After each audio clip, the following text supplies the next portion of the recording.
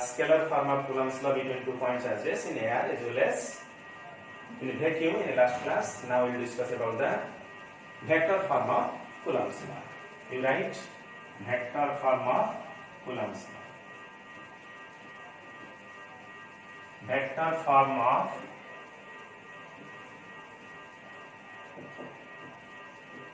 Coulomb's law. Okay, vector form of Coulomb's law. Consider 2 point charges Q1 and Q2. Q1 and Q2 having position vector. Consider 2 point charges Q1 and Q2 in xy plane. Okay, consider 2 point charges Q1 and Q2 in xy plane.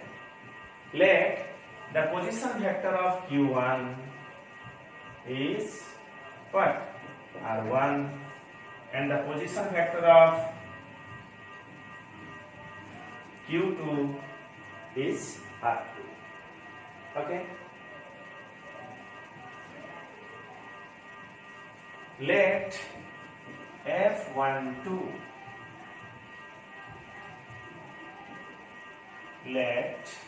F12 is force on Q1 due to Q2, and F21 is force on Q2 due to Q1.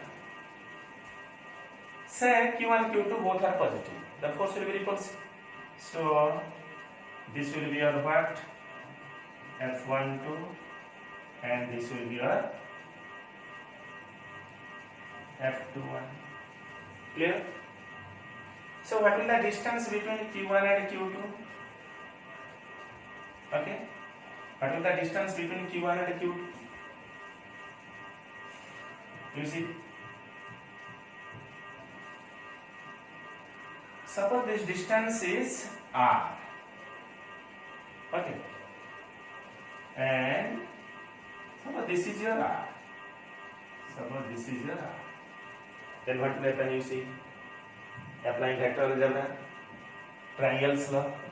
R1 vector plus R vector is equivalent to R2 vector.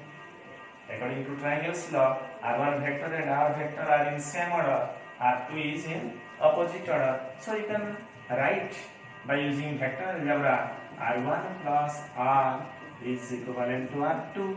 So R vector is equivalent to what? R2 vector minus R1 vector. So what will be its magnitude? Mode of R or R is equivalent to R2 vector minus R1 vector mode. Okay, so this is the distance between two vectors. Okay, suppose R cap is the unit vector along these directions. Unit vector, one unit vector. If R is a vector, then it must have unit vector. Let R cap is the unit vector. Let R cap is the unit vector. R cap is the unit vector along F21. Along F21. Then what we can write?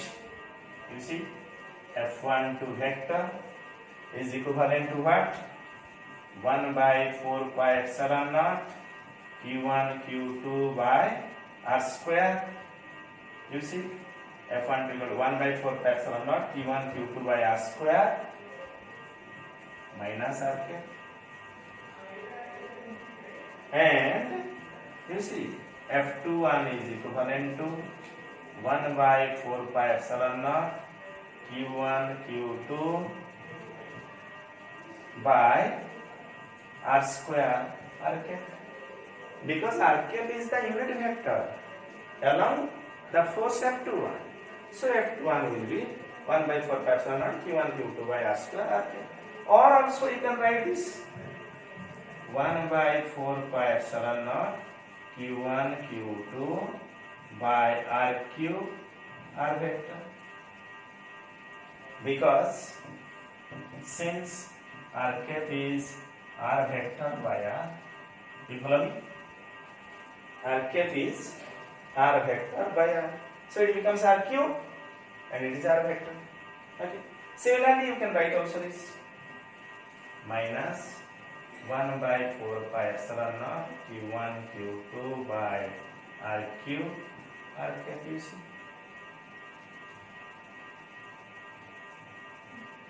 Only I have substituted the value of r cube. R cube is r vector by r, unit vector. Clear? So you see f12 and f21, is there any relation between them? You see here, f12 is minus 1 by 4 pi epsilon naught q1 q2 by r cube r cap, and f21 is 1 by 4 pi epsilon naught q1 q2 by r cube r vector. Sorry, this is your r vector. Okay. R cap, unit vector. A cap is a vector by a, mode of a. So r cap is r vector by r. So your r square and you have written r vector by r. So what happened? You see, minus 1 by 4 pi q1 q2 by r cube r vector. Clear? You see f12 and f1. Is there any relation? Yes. They are equal and opposite. You see, they are equal and opposite. Magnitude is same, 1 by 4 pi q1 q2 by r cube r vector. R vector, mode of r vector here also. Or you see here 1 by 4 pi q1 q2 by r square into minus r cap, here r cap. So from these two, it is concluded that what f12 vector is equivalent to minus of f21 vector. Clear? And f12 vector mode is equivalent to f21 vector mode. Two forces have same magnitude but in opposite nature. Equal and opposite. Do you follow me or not? Do you follow me or not? Okay. So you see, from this, what are the conclusions drawn? From Coulomb's law in vector form, from vector forms of Coulomb's law, what are the conclusions drawn? That the electrostatic force of interaction between 2 point charges are equal and opposite. Equal in magnitude but opposite in nature. That means, just like Newton's third law, they form action-reaction pair, F12 and F21. They form action-reaction pair in accordance with Newton's third law. Clear? So right. Conclusion.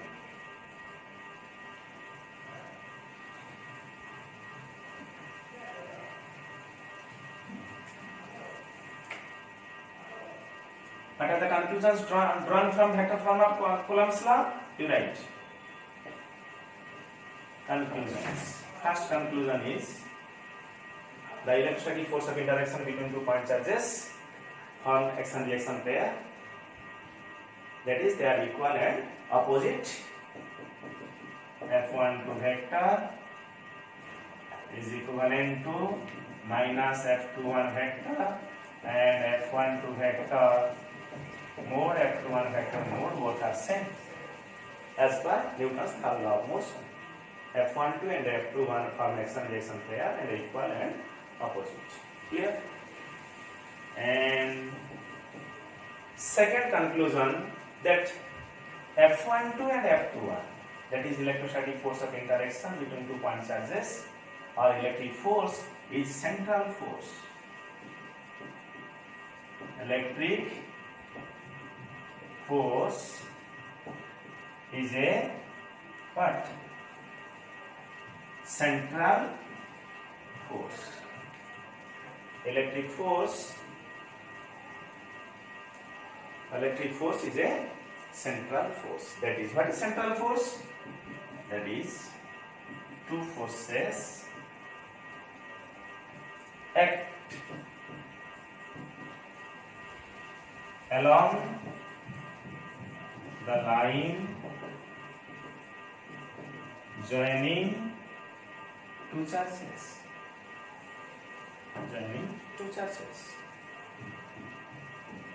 if two forces act along the line joining two point charges in a line, you see, then these two forces are called as central force.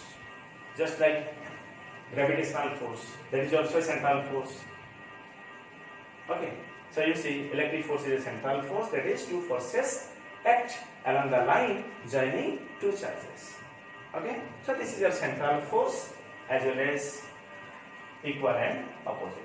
These are two conclusions drawn from vector form of Coulomb's law. Okay.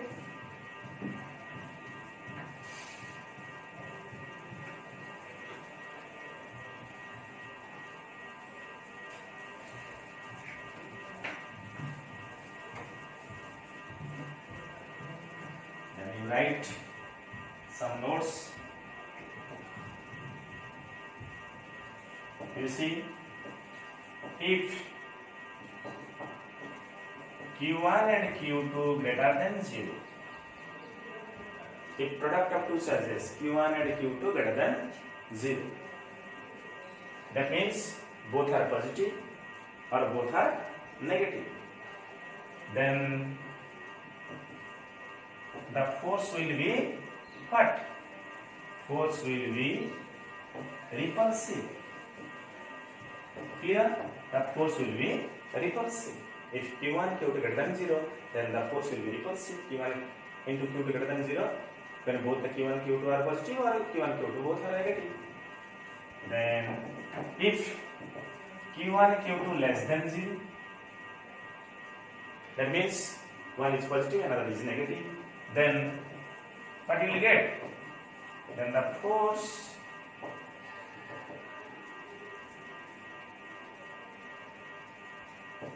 will be attractive. Then the force will be attractive. Okay? Then you write limitations or drawbacks of Coulomb's law.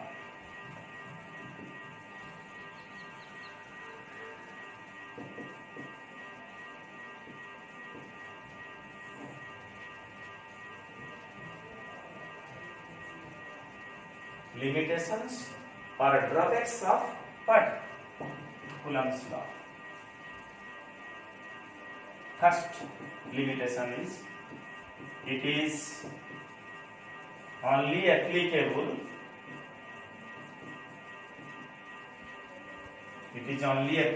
to what? Static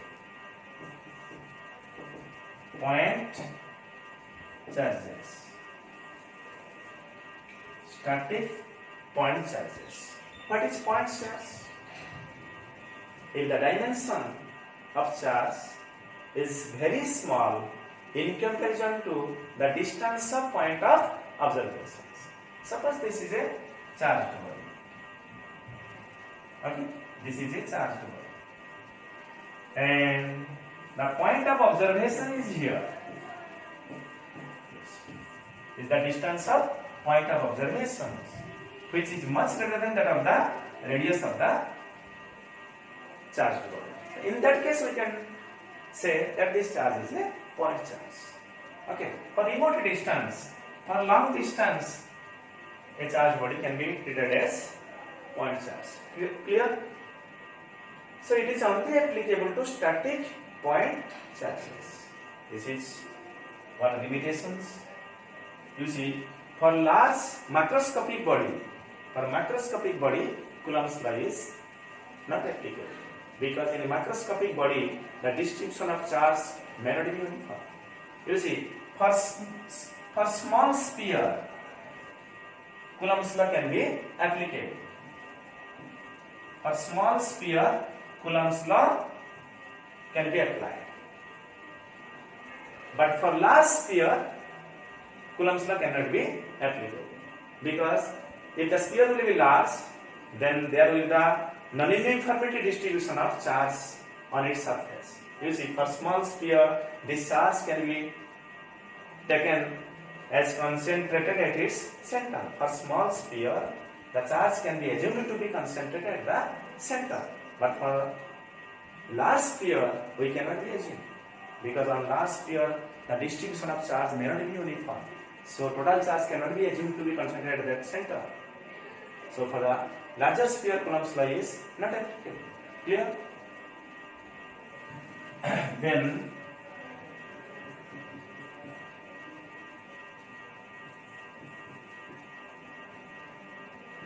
it is not applicable.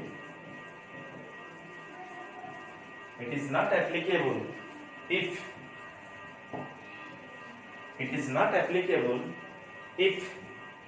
the separation between two point charges, if separation between two point charges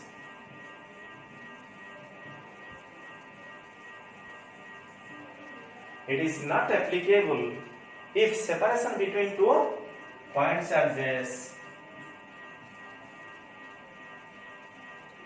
less than equal to 10 to the power minus 15 meter, which is the radius of the nucleus. It is not applicable if separation between two point charges. It means Coulomb's law. Coulomb's law cannot be applicable if separation between two point charges is less than 1 Fermi, less than equal to 1 Fermi. That is, it is only applicable if the separation is greater than 1 Fermi. Okay? So these are the limitations of Coulomb's law, two limitations. Okay?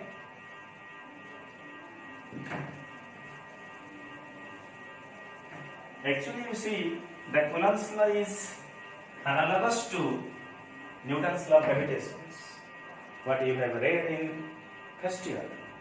It is very much analogous, very much similar to what? Newton's law of gravitation. You see Newton's law of gravitation, obey inverse square law. Your Coulomb's law also obey inverse square law. Okay? That is mass dependent, it is charge dependent. That is point mass, your point charge. Okay?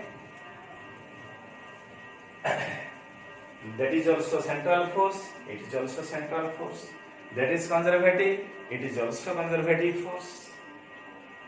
Okay? Can anybody tell me what is conservative force? If the work done by a force is path independent or along a closed path is 0. So there is a much more similarity between them. Only one difference is that is universal law of gravitation, that constant capital G is same in all medium. But here the constant of proportionality is different for different medium. That is the reason why the force between two point charges are different in a different medium. But gravitational force between two point masses is always same in any medium. That is the reason why that is denoted as universal law of gravitation. But Coulomb's law is not universal law. Okay? So you see, now we will solve some problems that are based on Coulomb's law. We will solve the problems, only one topic is covered, that is force, electric force is covered. So we will solve some problem by applying only the formula quantization of charge, Q equal to plus or minus Ne, and Coulomb's law 1 by 4 pi epsilon naught of Q1 Q2 by R square. Okay?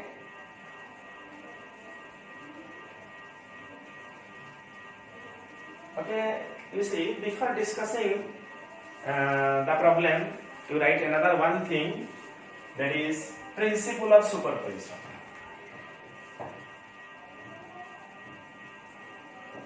Principle of what?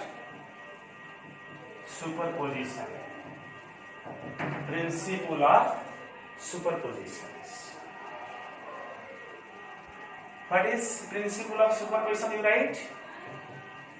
It is the vector sum of, it is a vector sum of all the forces on one charge. Okay, it is the vector sum of all the forces on one charge due to a number of charges. Number of charges. Okay, principle of superposition.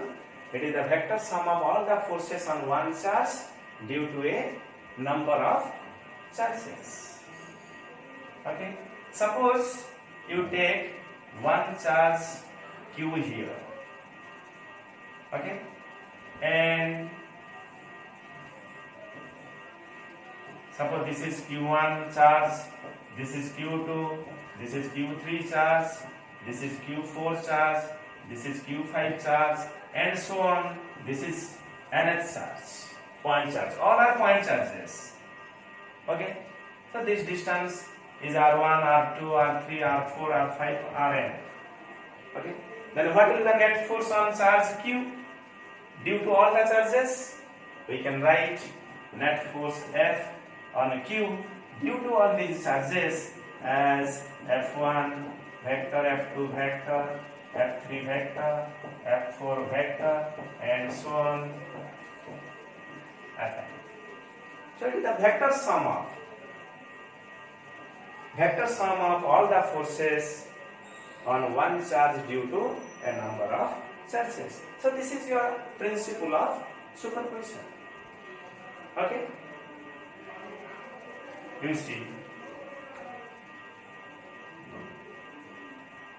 What is the conclusion we can draw from this principle of superposition? That is, these forces are independent upon each other. These forces are independent upon each other. That is, you see, right? Note, force between two point charges, force between two point charges, force between two point charges cannot be affected,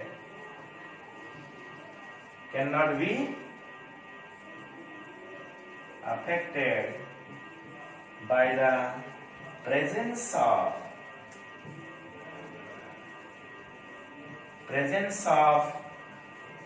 third charge, just like Newton's law of gravitation. Also, force between two point charges, say q1, q2, cannot be affected by the presence of third charge, say q3. If the force between two point charges q1 and q2 is F naught, then by the presence of third charge q3, q4, q5 here, this force cannot be changed. The force between q1 and q2 cannot be changed due to the presence of other charges nearby. Okay, so this is the conclusion drawn from principle of superposition, and the principle of superposition will be clear, very much clear, when we will solve problems based upon principle of superposition. Okay.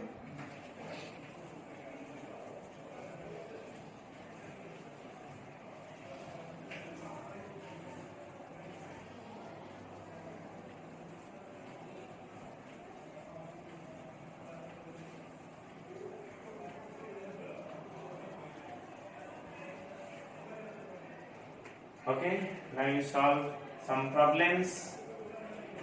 Try to solve some problems. Okay.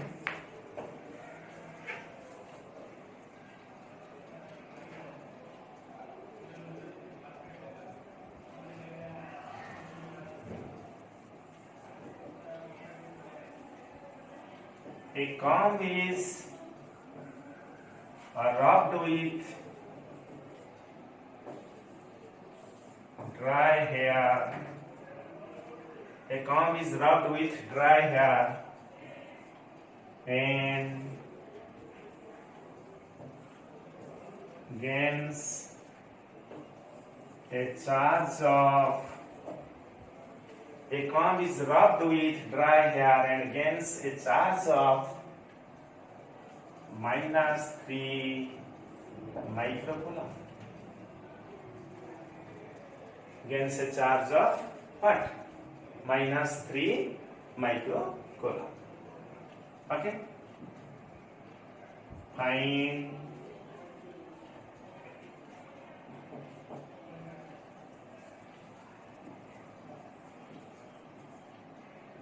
the number of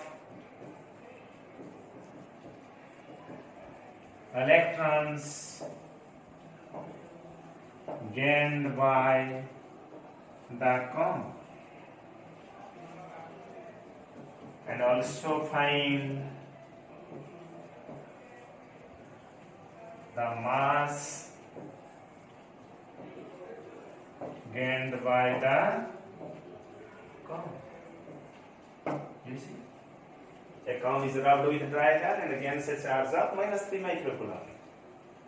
Find the number of electrons gained by the comb as well as the mass gained by the comb. Right answer. You see, using the quantization of charge, we can write Q equal to plus or minus and E. You see, what is the charge given? -3 microcoulomb. You write -3 10 to the -6 coulomb, and you write here the sign minus n, and the charge of electron is 1.6 into 10 to the power -19 coulomb. You see.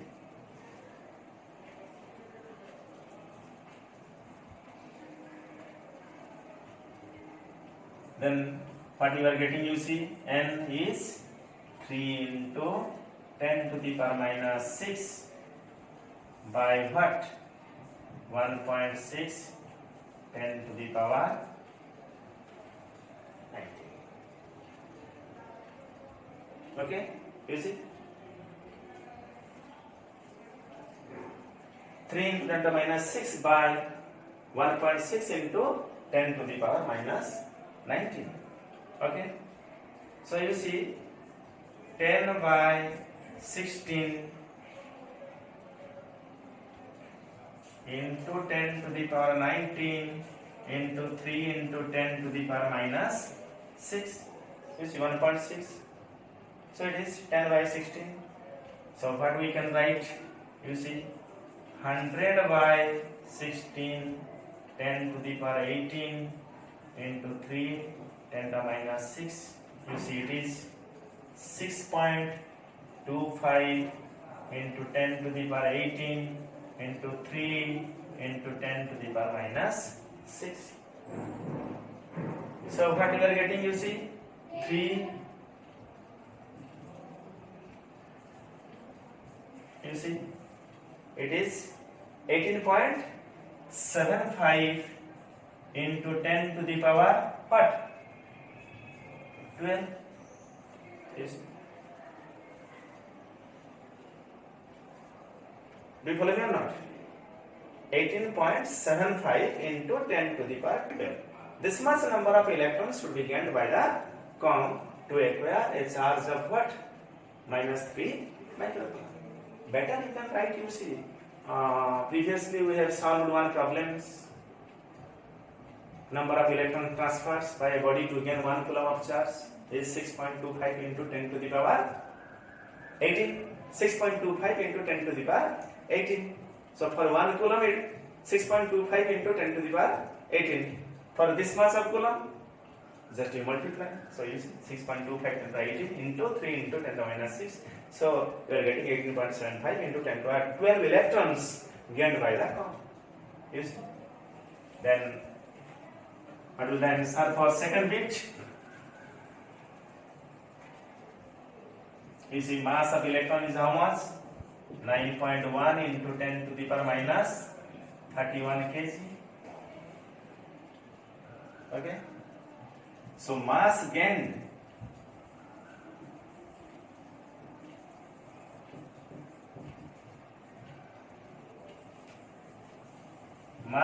by the cone.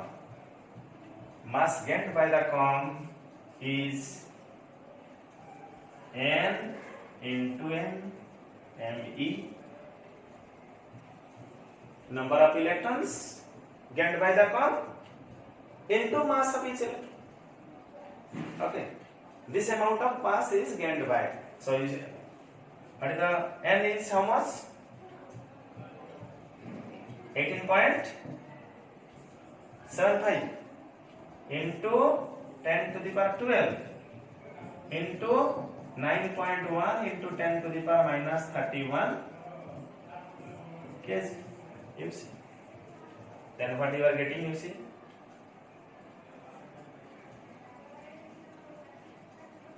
You multiply 18.75, 9.1, how much?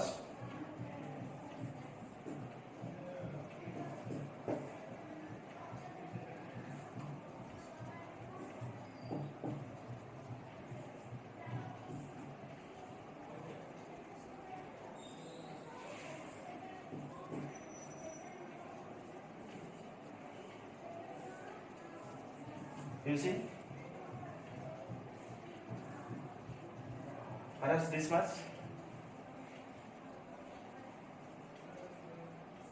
170.625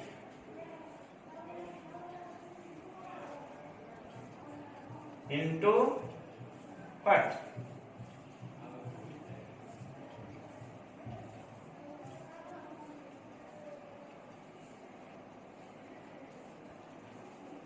Ten to the power what? Minus 19 kg. Is it clear or not?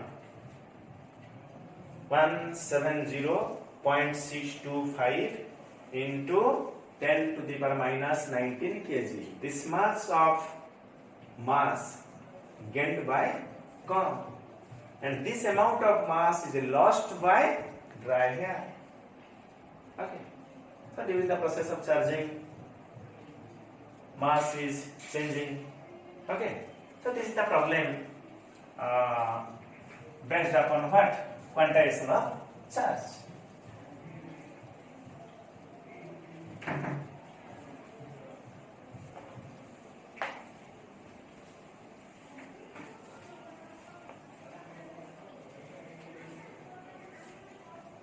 In next class, we'll discuss so many problems related to purely what? Coulomb's law, concept of equilibrium, and principle of superposition.